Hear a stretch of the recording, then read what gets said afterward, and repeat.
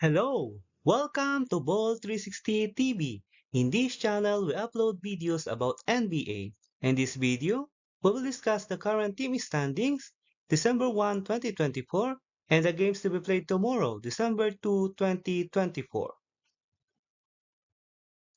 If you're new to this channel, please consider to subscribe and press the like button to help our channel grow. Here are the games played today in the NBA, December 1, 2024. Atlanta Hawks hung on to beat Hornets 107-104 for third straight win. Jalen Johnson led the Hawks with 20 points, 3 rebounds, and 10 assists, and Onyeka Okongwu added 16 points, 11 rebounds. Brandon Miller has 32 points, 8 rebounds, and 4 assists for the Hornets, and Vasily Misic has 15 points, 8 rebounds, and 5 assists. Philadelphia 76ers rout Pistons 111-96. Tyrese Maxey led the 76ers with 28 points, 4 rebounds, and 6 assists, and KJ Martin added 19 points, 6 rebounds, and 3 assists off the bench. Malik Beasley has 19 points, 6 rebounds, 4 assists for Detroit, and Jaden Ivey contributed 15 points, 5 rebounds, and 5 assists. Giannis Antetokounmpo drops 40-point triple-double in return following a one-game absence due to swelling in his left knee as Milwaukee Bucks defeat Washington Wizards 124-114. Antetokounmpo has 42 points, 12 rebounds, and 11 assists, and Damian Lillard added 25 points, 5 rebounds, and 10 assists. While for the Wizards, Jordan Poole chipped in 31 points, 4 rebounds, and 7 assists, and Malcolm Brogdon contributed 29 points, 11 rebounds, and 3 assists. Milwaukee Bucks won 6 straight games. Phoenix Suns win 113-105 as Warriors lost their fourth straight game. Devin Booker has 27 points, 3 rebounds, 9 assists, and Kevin Durant has 21 points, 10 rebounds, and 3 assists. While for the Warriors, Stephen Curry has 23 points, 7 rebounds, and 4 assists, and Andrew Wiggins has 18 points, 3 rebounds, and 3 assists. Dallas Mavericks win again without Doncic 106-94 over Utah Jazz. Kyrie Irving led the Dallas with 30 points, 7 rebounds, and 9 assists, and Quentin Grimes added 24 points, 4 rebounds, and 4 assists. For the Jazz, Walker Kessler has 18 points, 10 rebounds, and 3 assists, and Lauri Markkanen has 19 points and 5 rebounds. And now, here's the NBA team standings as of December 1, 2024. For Eastern Conference team standings, number 15 is the Washington Wizards, 2 wins, 16 losses, 14-game losing skid. 14, Philadelphia 76ers, 4 wins, 14 losses. 13, Toronto Raptors, 5 wins, 15 losses. Number 12, Charlotte Hornets, 6-14 record, 5-game losing skid. 11 is the Chicago Bulls, 8-13 record, 2-game losing skid. Detroit Pistons is at number 10, 9-13 record.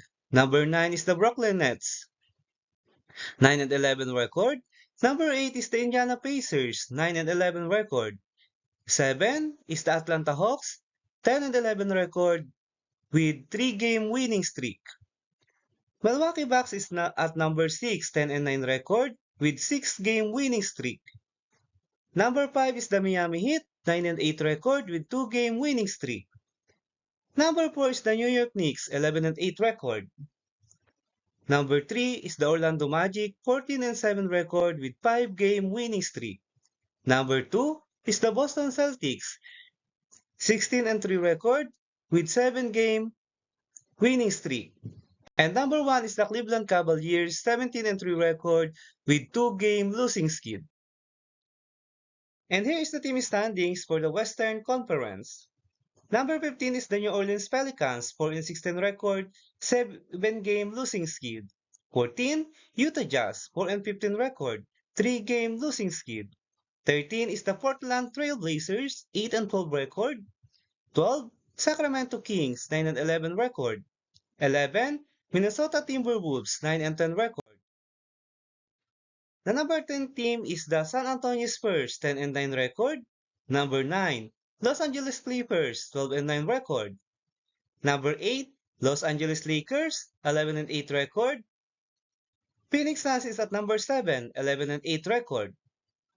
Number 6 is the Denver Nuggets, 10-7 record. Number 5 is the Dallas Mavericks, 12-8 record with 3-game winning streak. Golden State Warriors continue to slide. They are now at number 4, 12-7 record with 4-game losing skid. Memphis Grizzlies climb to number 3, 13-7 record with 5-game winning streak. Number 2 is the Houston Rockets, 14-6 record, 2-game winning streak. And the top team in the Western Conference is the Oklahoma City Thunder with 15-4 record, 4-game winning streak. Let us have the game schedule tomorrow, December 2, 2024. Dennis Schroeder and the Nets will try to end the 5-game winning streak of the visiting Orlando Magic led by Franz Wagner in Barclays Center at 4:30 a.m. Ja Morant and the Memphis Grizzlies will try to extend their 5-game winning streak against the visiting team of Indiana Pacers in FedEx Forum at 4:30 a.m. The top 2 teams in the East will meet again for the second time in this season in Rocket Mortgage Fieldhouse at 7 a.m.